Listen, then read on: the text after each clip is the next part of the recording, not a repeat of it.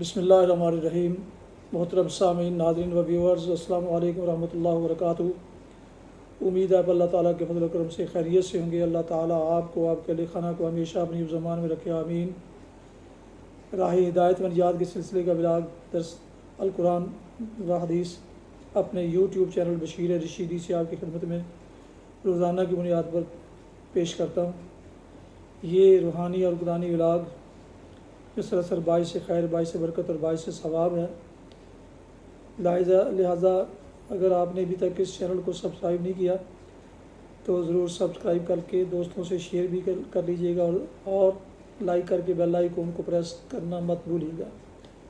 شروع کرتے ہیں القرآن و حدیث۔ اعوذ باللہ من الشیطان الرجیم، بسم اللہ الرحمن الرحیم۔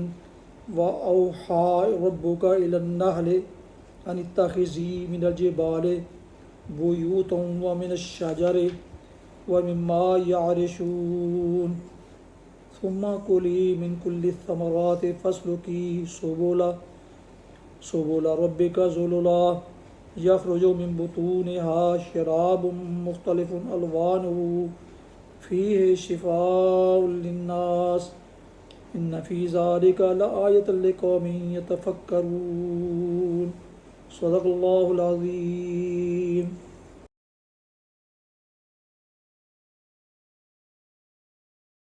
آپ سورہ النحل کی آیات مبارکہ 68 اور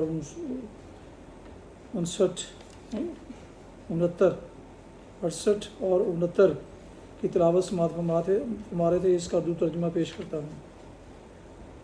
اوحا ربک الی النحل ان اتخذی من الجبال، اور دیکھو تمہارے رب نے شہد کی مکھی پر یہ بات وحی کر دی کہ پہاڑوں میں اور درختوں میں اور ٹٹیوں میں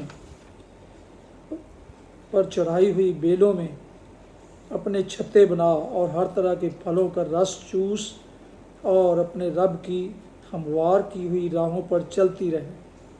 اس مکھی کے اندر سے رنگ برنگ کا ایک شربت نکلتا ہے جس میں شفا ہے لوگوں کے لیے۔ یقیناً اس میں بھی ایک نشانی ہے ان لوگوں کے لیے جو غور و فکر کرتے ہیں۔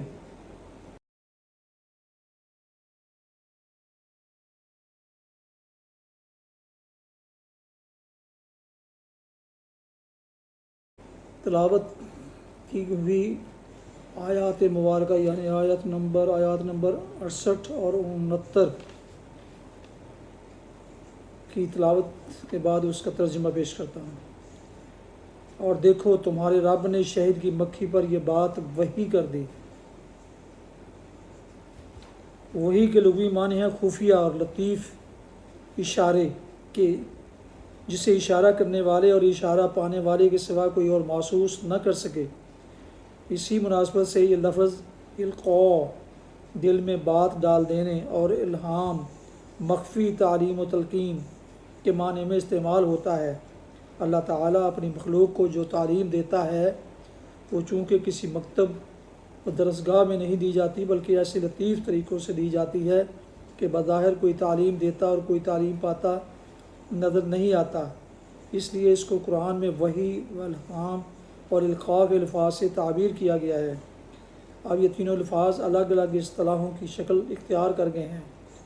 لفظ وحی انبیاء کے لیے مخصوص ہو گیا ہے، الہام کو اولیاء اور بندگان خاص کے لیے خاص کر دیا گیا ہے، اور القاء نسبتاً عام ہے۔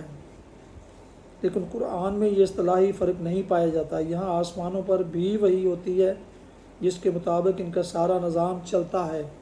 وَأَوْحَىٰ فِي كُلِّ سَمَاءٍ أَمْرَهَا سورہ حامیم السجدہ۔ زمین پر بھی وحی ہوتی ہے جس کا اشارہ پاتے ہی وہ اپنی سرگزشت سنانے لگتی ہے۔ یومئذ تحدث اخبارها بأن ربک اوحیٰ لها زلزال۔ ملائکہ پر بھی وحی ہوتی ہے جس کے مطابق وہ کام کرتے ہیں۔ اذ یوحی ربک الی الملائکۃ انی معکم۔ الانفال۔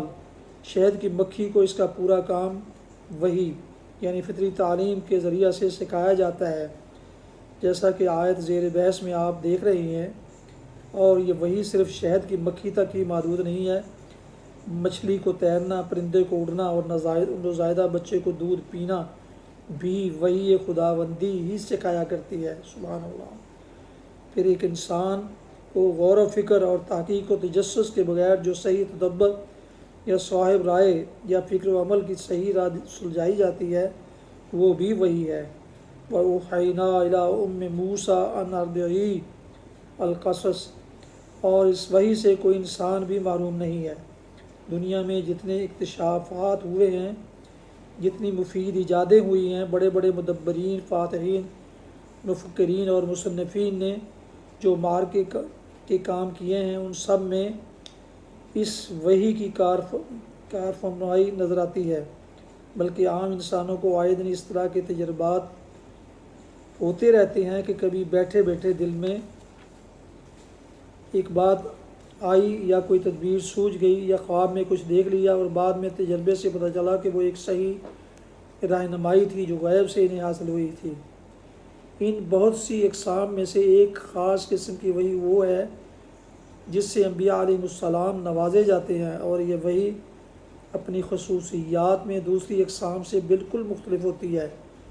اس میں وحی کیے جانے والے کو پورا شعور ہوتا ہے کہ یہ وحی خدا کی طرف سے آ رہی ہے، اسے اس کے من جانب اللہ کے ہونے کا ایسا یقین ہوتا ہے، وہ عقائد کا پورا یقین ہوتا ہے، وہ عقائد اور احکام اور قوانین اور ہدایات پر مشتمل ہوتی ہے، اور اسے نازل کرنے کی غرض یہ ہوتی ہے کہ نبی اس کے ذریعہ سے نوع انسانی کی رہنمائی کرے، ہر طرح کے پھلوں کا رس چوس اور اپنے رب کی ہموار کی ہوئی راہوں پر چلتی رہے۔ رب کی ہموار کی ہوئی راہوں کا اشارہ اس پورے نظام اور طریقہ کار کی طرف ہے جس پر شہد کی مکھیوں کا ایک گروہ کام کرتا ہے۔ ان کے چھتوں کی ساخت، ان کے گروہ کی تنظیم، ان کے مختلف کارکنوں کی تقسیم کار، ان کی فراہمی غذا کے لیے فہم آمد و رفت، ان کا باقاعدگی کے ساتھ شہد بنا بنا کر ذخیرہ کرتے جانا، یہ سب وہ راہیں ہیں جو ان کے عمل کے لیے ان کے رب نے اس طرح ہموار کر دی ہیں کہ انہیں کبھی سوچنے اور غور و فکر کرنے کی ضرورت پیش نہیں آتی۔ بس ایک مقرر نظام ہے جس پر ایک لگے بندے طریقے پر شکر کے یہ بے شمار چھوٹے چھوٹے کارخانے ہزارہ برس سے کام کیے چلے جا رہے ہیں۔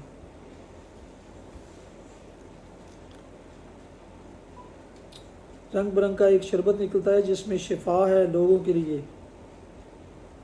شہد کا ایک مفید اور لذیذ غذا ہونا تو ظاہر ہے، اس لیے اس کا ذکر نہیں کیا گیا، البتہ اس کے اندر شفا ہونا نسبتاً ایک مخفی بات ہے، اس لیے اس پر متنبہ کر دیا گیا۔ شہد اول تو بعض امراض میں بجائے خود مفید ہے کیونکہ اس کے اندر پھلوں اور پھولوں کا رس اور ان کا گلوکوز اپنی بہترین شکل میں موجود ہوتا ہے۔ پھر شہد کا یہ خاصہ کہ وہ خود بھی نہیں سڑتا اور دوسری چیزوں کو بھی اپنے اندر ایک مدت تک محفوظ رکھتا ہے، اسے اس قابل بنا دیتا ہے کہ دوائیں تیار کرنے میں اس سے مدد لی جائے۔ چنانچہ الکحل کے بجائے دنیا کے فن دوا سازی میں وہ صدیوں اسی غرض کے لیے استعمال ہوتا رہا ہے۔ مزید برآں شہد کی مکھی اگر کسی ایسے علاقے میں کام کرتی ہے جہاں کوئی خاص جڑی بوٹی کثرت سے پائی جاتی ہو تو اس علاقے کا شہد محض شہد ہی نہیں ہوتا بلکہ اس جڑی بوٹی کا بہترین جوہر بھی ہوتا ہے اور اس مرض کے لیے مفید ہوتا ہے جس کی دوا اس جڑی بوٹی میں خدا نے پیدا کی ہے۔ شہد کی مکھی سے یہ کام اگر باقاعدگی سے لیا جائے اور مختلف نباتی دواؤں کے جوہر اس سے نکلوا کر ان کے شہد علیحدہ علیحدہ محفوظ کیے جائیں تو ہمارا خیال ہے کہ یہ شہد لیبارٹریوں میں نکالے ہوئے جوہروں سے زیادہ مفید ثابت ہوں گے۔ اس میں بھی ایک نشانی ہے ان لوگوں کے لیے جو غور و فکر کرتے ہیں۔ اس پورے بیان سے مقصود نبی صلی اللہ علیہ وسلم کی دعوت کے دوسرے جز کی صداقت ثابت کرنا ہے۔ کفار مشرکین دو ہی باتوں کی وجہ سے آپ کی مخالفت کر رہے تھے، ایک یہ کہ آپ آخرت کی زندگی کا تصور پیش کرتے ہیں جو اخلاق کے پورے نظام کا نقشہ بدل ڈالتا ہے، دوسرے یہ کہ آپ صرف ایک اللہ کو معبود اور مطاع اور مشکل کشا فریاد رس قرار دیتے ہیں جس سے وہ پورا نظام زندگی غلط قرار پاتا ہے جو شرک یا دہریت کی بنیاد پر تعمیر ہوا ہو۔ دعوت محمدی کہ انہی دونوں اجزاء کو برحق ثابت کرنے کے لیے یہاں آثار کائنات کی طرف توجہ دلائی گئی ہے۔ بیان کا مدعا یہ ہے کہ اپنے گرد و پیش کی دنیا پر نگاہ ڈال کر دیکھو، یہ آثار جو ہر طرف پائے جاتے ہیں نبی کے بیان کی تصدیق کر رہے ہیں یا تمہارے اوہام و تخیلات کی؟ نبی کہتا ہے کہ تم مرنے کے بعد دوبارہ اٹھائے جائے ہوئے تم اسے ایک انہونی بات قرار دیتے ہو، مگر زمین ہر بارش کے موسم میں اس کا ثبوت فراہم کرتی ہے کہ اعادہ خلق نہ صرف ممکن ہے بلکہ روز تمہاری آنکھوں کے سامنے ہو رہا ہے۔ نبی کہتا ہے کہ یہ کائنات بے خدا نہیں ہے، تمہارے دہریے اس بات کو ایک بے ثبوت دعویٰ قرار دیتے ہیں، مگر مویشیوں کی ساخت، کھجوروں اور انگوروں کی بناوٹ اور شہد کی مکھیوں کی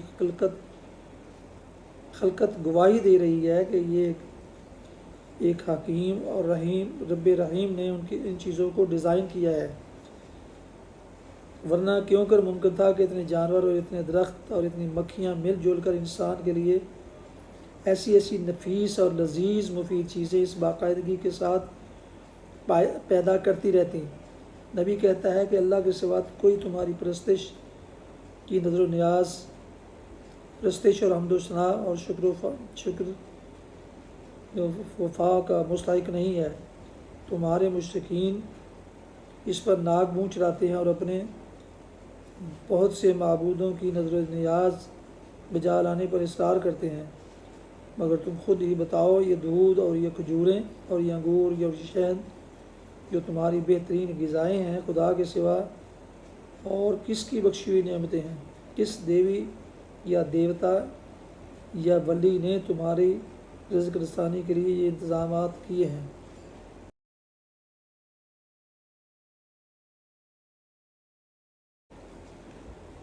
حدیث مبارکہ حضرت عائشہ رضی اللہ عنہا سے روایت ہے، نبی کریم صلی اللہ علیہ وسلم نے فرمایا، جو شخص فوت ہو جائے اور اس کے ذمے نظر کے روزے ہوں تو اس کا قریبی اس کی طرف سے روزے رکھے۔ اس حدیث کی روح سے فوت شدہ شخص کے ذمے روزے ہوں تو پسندیدہ بات اس کی طرف سے روزہ رکھنے کا جواز ہے، اور ولی سے مراد قریبی عزیز ہے، چاہے وہ وارث ہو یا نہ ہو۔ حدیث ہے یہ صحیح بخاری کی کتاب الصوم اور نمبر 1952۔ فوائد: شیخ البانی رحمۃ اللہ علیہ فرماتے ہیں کہ اس سے مراد نظر کے روزے ہیں، نہ کہ رمضان کے روزے۔ گویا شیخ موصوف نے حضرت عائشہ رضی اللہ عنہا سے مروی حدیث کے عموم کو حضرت ابن عباس رضی اللہ عنہما کی دوسری حدیث سے خاص کر دیا جس میں نظر کے روزوں کی صراحت ہے۔ اس کی وجہ یہ ہے کہ بدنی عبادت میں نیابت جائز نہیں۔ جس طرح زندگی میں کوئی شخص کسی دوسرے کی طرف سے کوئی بدنی عبادت ادا نہیں کر سکتا، اسی طرح موت کے بعد بھی ایسا کرنا جائز نہیں۔ البتہ جس کی بابت نص میں صراحت ہو تو اس میں نیابت جائز ہوگی اور اسے صرف نص کی صراحت کی حد تک ہی محدود رکھا جائے گا، جیسے نظر کے روزوں کی بابت حدیث میں صراحت ہے کہ میت کا ولی اس کی طرف سے روزہ رکھے تو نظر کے روزے میت کی طرف سے رکھنے جائز ہوں گے، کوئی اور بدنی عبادات اس کی طرف سے جائز نہیں ہوگی۔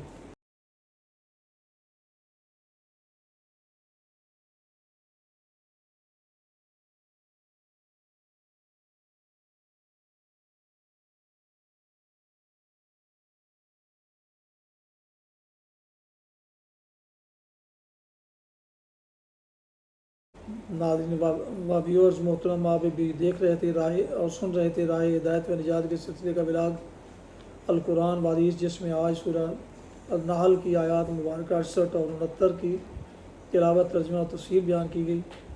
اس کے علاوہ ایک حدیث مبارکہ بھی آپ کی خدمت میں پیش کی گئی، اور اسے میں نے اپنے یوٹیوب چینل بشیر رشیدی سے آپ کی خدمت میں پیش کیا۔